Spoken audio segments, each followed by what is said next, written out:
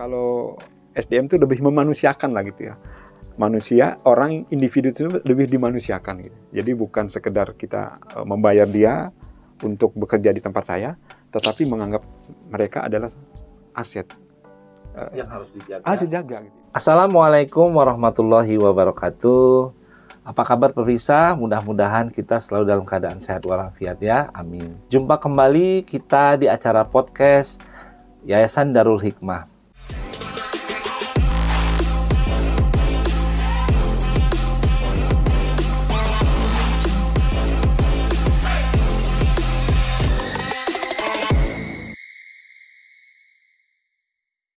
Pada kesempatan podcast hari ini, kita kedatangan tamu khusus tentang membahas SDM. Apa itu SDM? Apa yang harus kita lakukan untuk meningkatkan SDM dan sebagainya? Kita saksikan bersama saya, Novian Iskandar, di podcast Yayasan Darul Hikmah, Raja Basa, Lampung. Apa kabar Pak Samsul? Alhamdulillah. Luar biasa sehat. Alhamdulillah ya. Pada podcast kita hari ini, kita kedatangan tamu seorang dosen Unila, juga seorang trainer ya, kemudian direktur Trasco Lampung dan sebagainya. Beliau juga diamanahkan sebagai sekretaris Yayasan Darul Hikmah. Beliau adalah Bapak Dr. Insinyur Haji Samsul Rijal MSI. Tema kita pada hari ini yaitu tentang bagaimana kita bisa meningkatkan SDM, baik itu SDM di suatu lembaga atau yayasan maupun di sekolah-sekolah. Pak Samsul, terkait dengan SDM dalam suatu lembaga atau sekolah dan sebagainya, apa urgensinya SDM ini dalam pengelolaan? Iya, jadi saya kira ini satu pembahasan yang sangat menarik ya.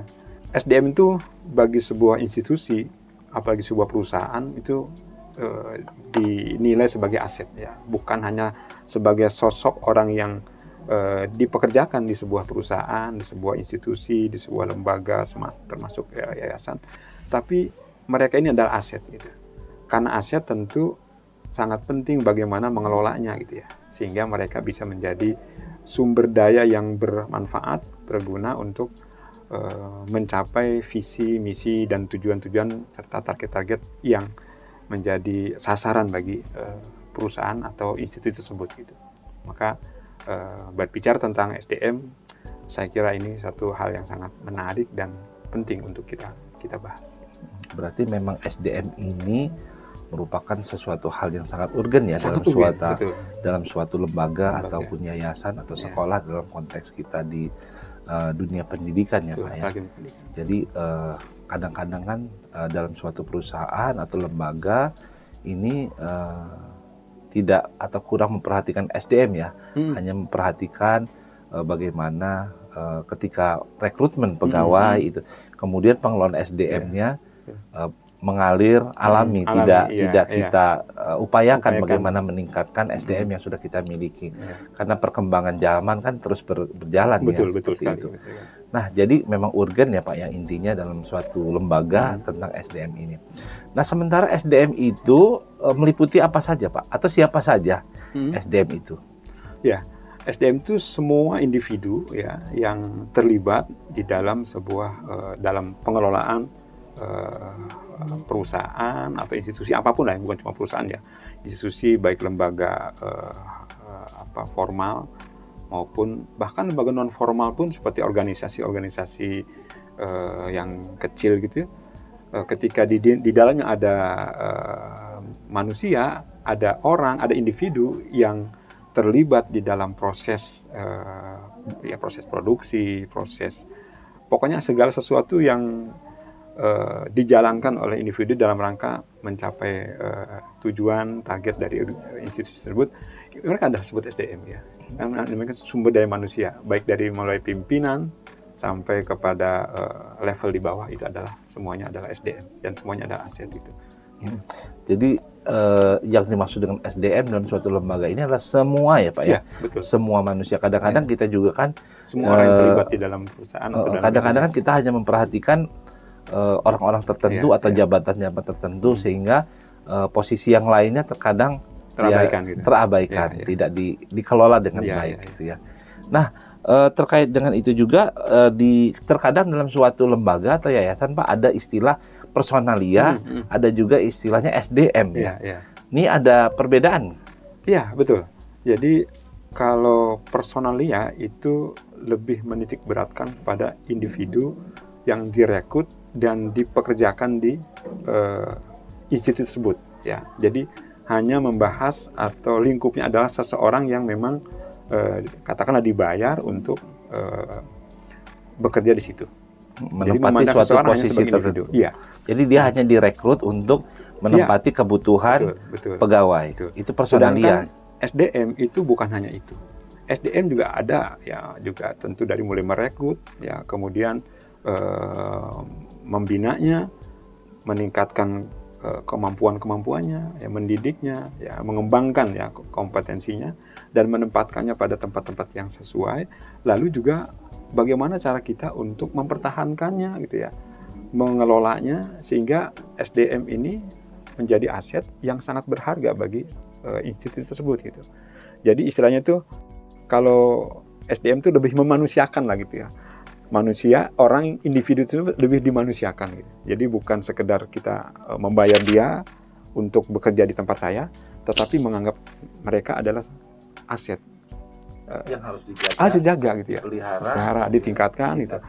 Jadi ada hubungan yang sangat erat, hubungan yang sangat simbiosis mutualisme lah gitu ya, antara institusi yang menjadikan dia sebagai pegawai, termasuk dia juga merasa dimanusiakan gitu di tempat dia bekerja itu. Diperhatikan, betul. Ditingkatkan, diberdayakan ya. Betul. Itulah bedanya dengan SDM dengan personalia. Tadi kata Pak Samsul, personalia itu hanya merekrut untuk memenuhi suatu kebutuhan posisi tertentu. Betul. Tapi kalau SDM selain merekrut, mereka juga akan mengelola, meningkatkan, memberdayakan, sampai penempatan. Betul. Bahkan bagaimana dia bukan hanya dia sebagai pribadi, keluarganya pun juga menjadi perhatian kita gitu.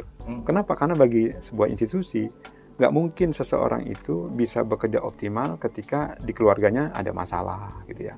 Dia bekerja dengan setengah hati gitu. Kenapa? Karena di rumahnya juga masih ada masalah. Maka yang kita rekrut itu bukan hanya pribadinya dia gitu, tapi juga beliau sebagai sosok yang juga punya keluarga, punya istri, punya suami, ya punya anak gitu ya. Nah, maka dalam rangka menjaga itu kadang-kadang perusahaan institusi itu melakukan kegiatan semacam ya family gathering gitu kan. Kalau personalia mungkin tidak sampai ke sana gitu ya. Tetapi kalau SDM itu sampai ke sana gitu.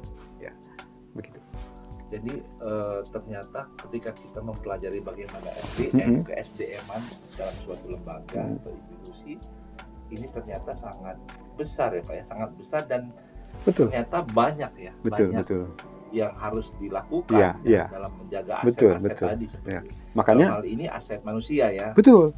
Jadi manusia gitu ya. Jadi sosok seseorang yang mereka kan pasti punya kemampuan, punya keahlian yang kita butuhkan gitu. Sehingga kita tidak menghargai dia sebagai pekerja gitu, bukan hanya pekerja gitu, tapi kita menghargai dia seutuhnya gitu ya, gitu.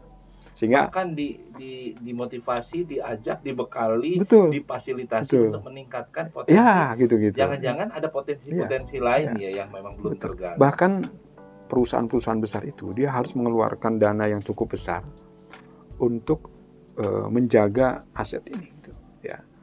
Baik itu dari sisi ya mungkin finansial gaji ya gitu ya, tapi ya kalau gaji kan pasti juga ada menyesuaikan. Tapi ada hal lain ya, misalnya hubungan interaksi yang dibangun dengan hubungan yang baik, komunikasi yang menyenangkan.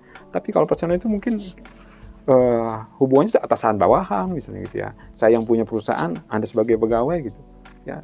Tapi dalam konteks manajemen SDM itu sebetulnya sama saja mungkin ya, karena personal juga seseorang juga, individu juga, SDM individu juga, tapi mengistilahkan ini menjadi sudut pandang yang akan berbeda luas, gitu, jadi luas gitu.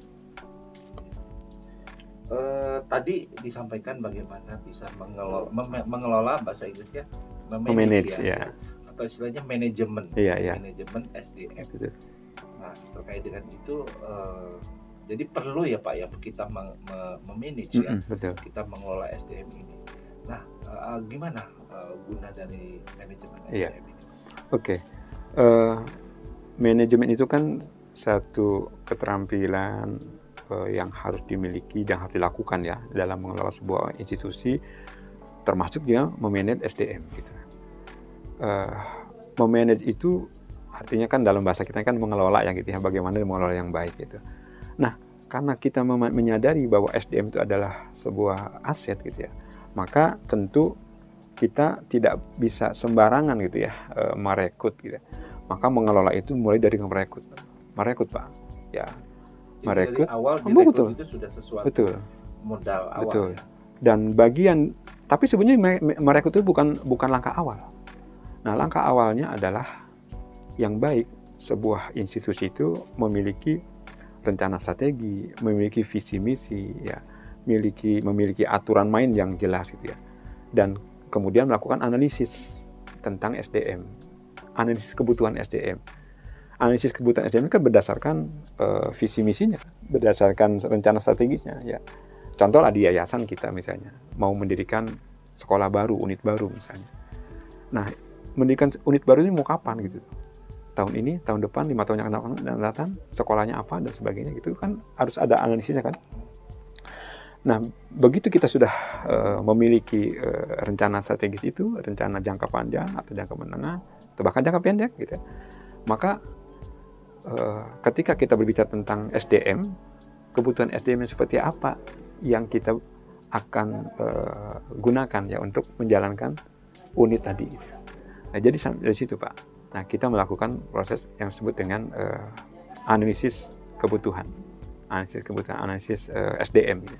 Nah, analisis SDM itu nanti sampai kita merumuskan spesifikasi orang yang kita butuhkan. Sebut analisis jabatan lah gitu ya. Analisis jabatan itu nanti kita bisa keluarannya adalah jabatan apa saja sih yang kita butuhkan ya untuk menjalankan sebuah unit sekolah. Ketika sudah tahu jabatannya, lalu kita deskripsikan seseorang individu yang seperti apa yang pas, iya kriteria orang yang seperti apa yang pas dan tepat untuk bisa menjalankan jabatan ini gitu. Yang menduduki jabatan ini dan menjalankan perannya. Itu harus kita buat dulu Pak gitu. Sehingga kita tidak susah, bukan tidak susah, tidak salah dalam merekrut itu. Nah, rekrutmen kita adalah berdasarkan kebutuhan itu, berdasarkan analisis jabatan itu, ya, berdasarkan spesifikasi yang kita sudah rumuskan. Dari situ Pak gitu. Panjang memang Pak, yang namanya manajemen itu bukan nanti setelah rekrut ya, kemudian ada proses seleksi kan gitu. Kalau ngerekrut itu kan sebetulnya kita menyampaikan informasi tentang lowongan pekerjaan kepada halayak. Kan di lowongan pekerjaan itu kita tuliskan spesifikasinya kan, spek orang yang kita minta dari usia, pendidikan, pengalaman kerja dan sebagainya gitu ya. Itu dari situ kemudian nanti kan masuk sejumlah pelamar ya dengan dokumen yang mereka kirimkan, baru setelah itu proses seleksi. Nah, seleksi itu juga kan panjang juga kan ya, dengan kriteria-kriteria yang juga yang sudah kita buat sedemikian rupa sehingga tidak salah gitu ya. Saya kira itu Pak. Sementara sampai situ dan itu terus nanti setelah seleksi kemudian kita lakukan proses orientasi ya. Kita jelaskan tentang tugas dia nanti apa, nanti penempatan, terus sampai pemberian gaji, pemberian kompensasi ya. Kemudian kompensasi kan dua kan, kompensasi positif dan negatif ya. Kompensasi yang maksudnya kompensasi yang terkait dengan apa yang mereka terima ketika mereka bekerja dengan baik dan apa yang akan mereka terima ketika mereka melanggar kesepakatan misalnya integritas dan sebagainya. Itu juga kompensasi juga gitu ya. Bahkan termasuk bagaimana kita berusaha untuk memelihara SDM ini supaya bekerja dengan sungguh-sungguh, dengan baik, dengan komitmen yang baik dan sebagainya. Baik, begitu gamblang ya ada pertanyaan lagi Pak terkait dengan bagaimana mendapatkan SDM kualitas. Tentunya ketika tadi Pak Samsul menyampaikan bagaimana membutuhkan kriteria, kemudian rekrutmen rekrutmen pegawai dan sebagainya. Nah, tentu banyak yang seperti di Yayasan Darul Hikmah ini nih, setiap pembukaan rekrutmen itu membludak. Betul. Yang kita kewalahan kadang-kadang ya. Nah, untuk mendapatkan SDM yang berkualitas ini seperti apa? Satu hal yang saya kira harus menjadi gambaran umum ya. Ini menjadi semacam kriteria, bukan kriteria umum, justru kriteria yang menjadi utama bagi kita kalau di yayasan ya gitu ya. SDM atau pegawai, kita sebutkan di kita kan pegawai ya. Pegawai yang dikehendaki oleh yayasan itu adalah pegawai yang bekerja bukan semata-mata untuk mencari nafkah pendapatan. Ya, kita memilih orang yang bekerja di yayasan ini karena dalam rangka ibadah. Dalam rangka ibadah, apalagi lembaga kita kan lembaga pendidikan dan dakwah kan gitu ya. Apa korelasinya Pak? Ketika seseorang bekerja di sini, orientasi yang utama adalah ibadah. Ibadah itu bagi seorang muslim kan ya memang sesuatu yang harus kita lakukan kan. Ya, kita ingin seluruh kehidupan kita ya bernilai ibadah gitu. Hatta termasuk dalam hal bekerja gitu. Ya. Kalau orang bekerja itu semata-mata karena materi ya, kemudian ibadah dikesampingkan, dia hanya dapat materi. Kalau ternyata materi yang dia inginkan itu tidak didapatkan sejumlah yang dia inginkan di tempat kita, katakanlah di yayasan, maka pasti akan mempengaruhi cara dia bekerja. Ya, malas-malesan, tidak sungguh-sungguh gitu ya, tidak optimal. Ya, akhirnya performanya nanti kelihatan betul gitu ya, gitu. Tapi kalau orang bekerja di sini niat utamanya ibadah, ya materi itu mengikuti gitu. Insya Allah gitu, dia akan berusaha untuk bekerja sebaik-baiknya ya, karena kan semakin baik bekerjanya, semakin baik ibadahnya kan. Dan tentu kita yakin sajalah kepada yang di atas gitu ya. Ketika kita sudah memberikan yang terbaik gitu ya, dengan yang jelas kan tupoksinya masing-masing kan ya, Allah Maha tahu kebutuhan kita gitu.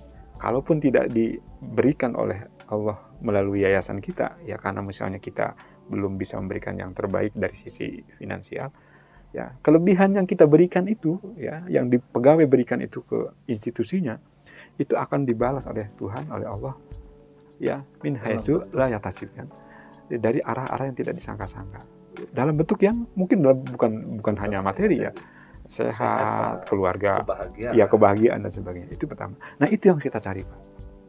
Nah, oleh karena itu jelas ya, dalam kriteria calon pegawai itu muslim misalnya ya, muslim yang taat misalnya begitu, itu harusnya ya. Kemudian juga kalau tidak salah kita kan harus bersedia misalnya mengikuti kajian gitu ya. Kenapa? Ya mungkin bukan jaminan ya, tetapi usaha upaya gitu. Oke, jadi kalau kita ingin mendapatkan SDM yang tepat, kualitas, kita perlu kriteria ya. Kriteria yang pertama ya tadi ya seorang muslim yang baik ya, yang berakhlak ya, dan memiliki visi, dan itu nanti bisa dilihat pada saat wawancara, pada saat tes gitu, dia punya nggak visi tentang itu gitu. Nah, hal yang lainnya itu tadi Pak, ketika kita sudah melakukan analisis jabatan dan deskripsi jabatan ya, kita sudah tahu nih kriteria yang kita butuhkan untuk bisa menjalankan tugas kita. Nah, kebanyakan mohon maaf ya, entah mungkin di kita juga kadang-kadang juga mungkin ada gitu ya, kita tidak terlalu detail dalam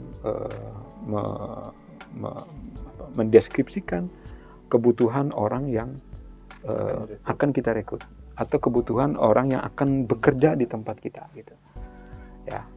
Sehingga akhirnya begitu kita share ya, banyak yang masuk tapi sebetulnya banyak sekali dari yang masuk itu tidak sesuai dengan kebutuhan kita. Akhirnya kan kita capek ya Ya mungkin itu konsekuensi sih sebenarnya kita. Kita harus melakukan seleksi dokumen dan sebagainya gitu. Memang cara rekrutmen itu juga macam-macam, Pak. Kalau kita open rekrutmen seperti itu, resikonya ya akan banyak. Sementara yang daftar itu belum tentu yang kita butuhkan. Ya, butuh waktu nanti, tenaga, biaya juga tentu mungkin ya gitu. Ada juga cara rekrutmen dengan cara kita langsung mendekati ya sumber SDM yang kita butuhkan. Misal, kalau di tempat saya misalnya perusahaan-perusahaan itu ya yang perusahaan yang bergerak di bidang pengolahan makanan, itu dulu waktu saya sekretaris jurusan mereka datang ke kami ya dan meminta kalau ada lulusan yang terbaik ya dengan IPK sekian, aktif organisasi dan sebagainya, mereka siap gitu. Nah, ini cerdas nih, perusahaan ini cerdas gitu. Ya, dia langsung datang ke sumber di mana penyedia calon SDM yang mereka butuhkan. Kira-kira butuh waktu lama nggak? Mungkin ya, tapi to the point kan, kalau misalnya nggak ada ya berarti tempat lain kan gitu ya. Nah itu perlu juga kita lakukan hal-hal semacam itu gitu ya. Artinya kita harus ya jemput bola. Artinya kita harus terbuka ya gitu, harus terbuka di mana sih tempat-tempat orang ada yang sesuai dengan kebutuhan kita. Kalau open recruitment terus capek sih sebetulnya gitu ya, capek. Tapi ya dua-duanya ada kelebihan ada kekurangannya ya gitu. Ada kelebihan dan kekurangannya dua-duanya. Gitu. Kemudian Pak terkait dengan tadi kan kita sudah merekrut, kemudian nah untuk meningkatkan SDM kita sudah mendapatkan SDM. Tentu ini harus kita kita tingkatkan ya supaya mengikuti atau menyesuaikan kriteria yang atau tugas yang kita berikan. Bagaimana Pak untuk meningkatkan SDM? Yang penting pertama itu jelas tupoksi yang kita berikan kepada yang bersangkutan.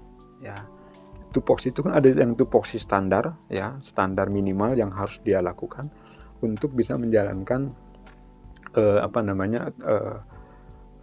jabatan tersebut ya, menjalankan peran di jabatan tersebut. Ya, dan peran itu sudah kita hitung, ya jabatan dan perannya itu sudah kita hitung. Itulah yang kita butuhkan minimal. Dan ini harus tersampaikan kepada yang bersangkutan dan yang bersangkutan bersedia dan siap melakukan itu. Itu saja yang pertama dulu. Nah, hal yang lainnya karena kita gini, tentu kita tidak ingin seseorang itu hanya ditempatkan pada satu tempat yang kemudian tidak ada pengembangan ya. Karena bagaimanapun organisasi terus bertumbuh, gitu kan? Kemudian juga kondisi juga lingkungan bertumbuh, teknologi bertumbuh, kebutuhan orang bertumbuh, kemudian juga minat masyarakat juga semakin tentu penilaiannya kepada yayasan, kepada unit itu semakin tumbuh kan gitu. Nah kalau kita tumbuhkan juga gitu ya semangat pegawai untuk belajar, mengembangkan dirinya, menumbuhkan kemampuan kapasitasnya. Hanya fokus dengan tupoksi saja, pada saatnya ya dia akan mentok ya, dan pada saat mentok kita juga bingung mau dipecat ya nggak mungkin juga kan gitu ya. Nah oleh karena itu hal yang perlu dilakukan oleh suatu institusi dalam konteks mengelola SDM adalah melakukan training, pendidikan ya, program-program pengembangan kompetensi ya, baik itu yang berkaitan langsung dengan tupoksinya maupun yang berkaitan dengan yang lain ya, yang pada saat kita butuhkan di tempat yang lain, orang ini dia sudah ready gitu ya. Gitu Pak, kalau menurut saya. Itu tadi kita sudah merekrut, kemudian kita coba tingkatkan dengan pengembangan, dengan pelatihan. Nah, masih ada kaitannya juga setelah kita rekrut, kita tingkatkan, kita berdayakan. Nah, mempertahankan iya, betul. Seperti apa bisa jadi kan kalau kita sudah memberikan perlakuan yang baik ya dan sebagai tadi di awal disampaikan memanusiakan manusia, memanusiakan sumber daya manusia atau memanusiakan personal tadi.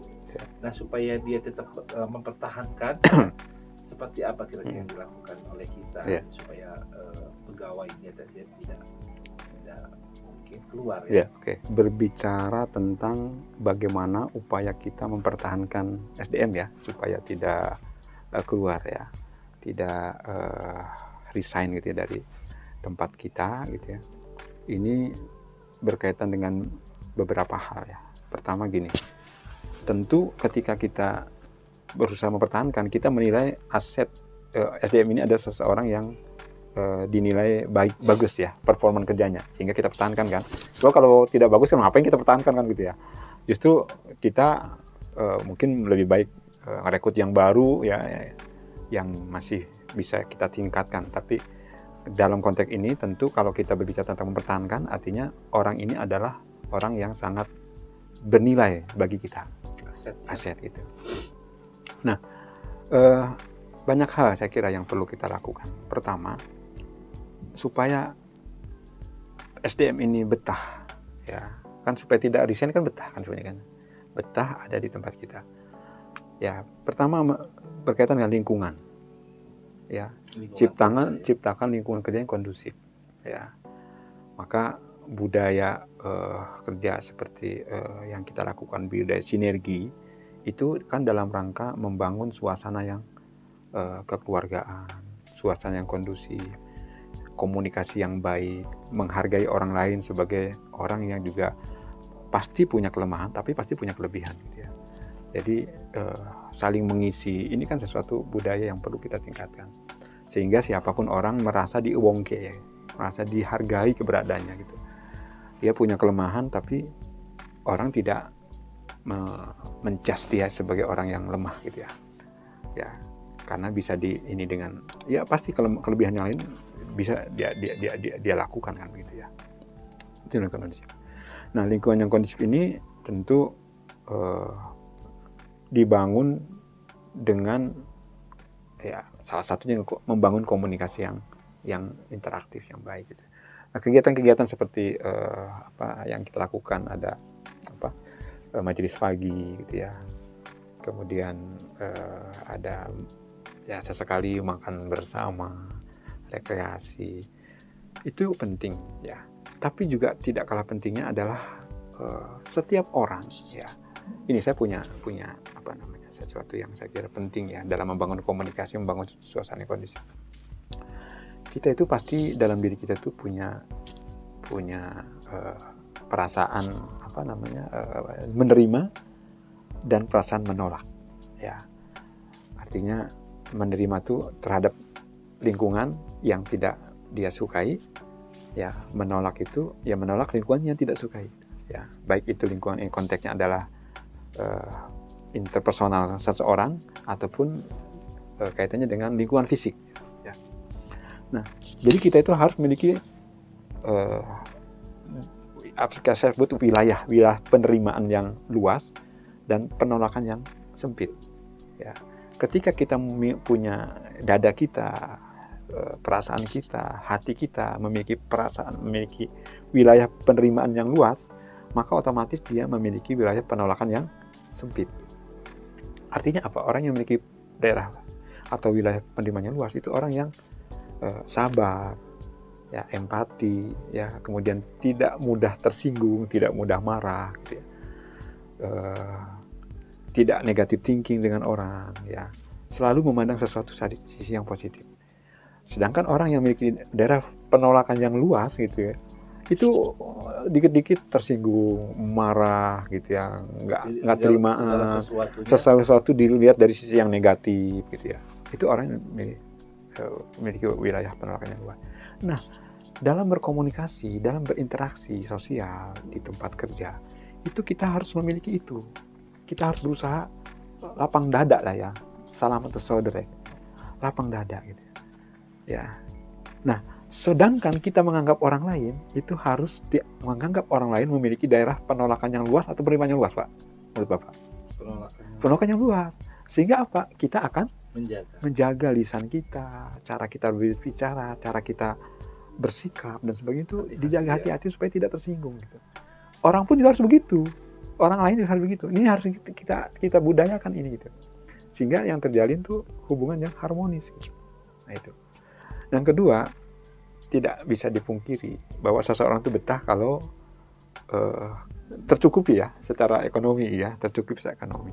Tapi ini kan relatif ya.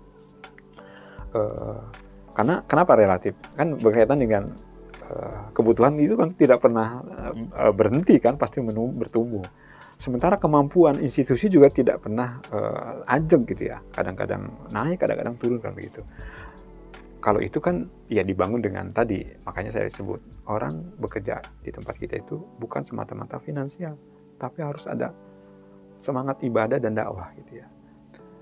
Sehingga kalaupun apa yang mereka butuhkan belum tercukupi, ya ini kan konsekuensi saja ya. Karena memang tidak bisa dipaksakan loh Pak, yang seperti itu kan gitu. Ya tidak bisa dipaksakan. Ya kalau misalnya nggak bersedia dengan yang sudah ditetapkan oleh institusi, ya mau tidak mau kan gitu ya. Tetapi tidak kalah penting juga Pak, begini, ada sebuah perusahaan yang berusaha mempertahankan SDM ya, pegawainya itu bahkan dengan memberikan gaji yang bahkan mungkin lebih besar daripada yang lain. Kenapa?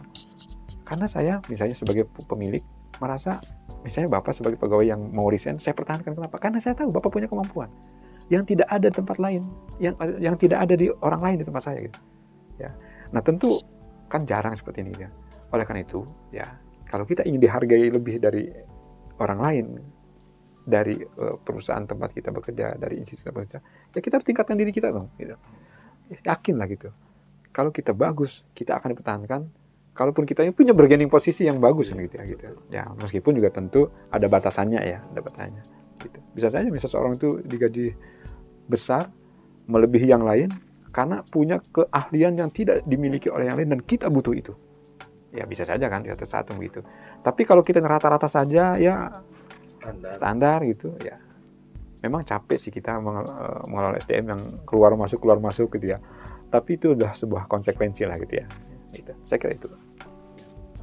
Pemirsa, menarik sekali obrolan kita pada podcast kali ini, bagaimana kita bisa merekrut ya tadi, sebelumnya bahkan membuat rencana strategi sampai dengan merekrut, memelihara dan meningkatkan serta mempertahankan SDM.